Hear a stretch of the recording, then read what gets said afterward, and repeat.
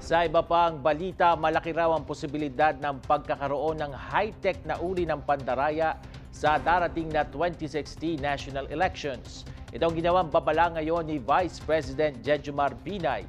Isiniwalat ni Binay ang natanggap niyang impormasyon na magkakaroon ng high-tech tampering upang pumabor sa ilang kandidato, partikular na sa matataas na presyo.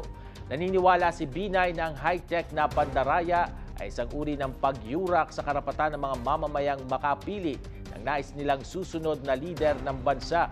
Si Binay ay matagal nang nagdeklara na kakandidato sa pagkapangulo sa 2016 presidential elections kung saan makakalaban ang pambato ng administrasyon.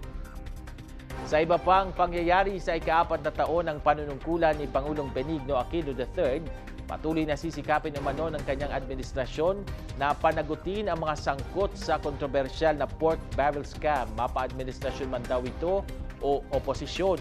Nakatuon din daw ang pamahalaan sa paglikha ng trabaho at pagsulong sa inclusive growth ng ekonomiya kung saan wala raw maiiwan at bukod dito pagbibida ng Malacanang, bumaba rin daw ang kahirapan mula 27.9% noong 2012 na ngayon ay 24.9% sa unang bahagi ng 2014.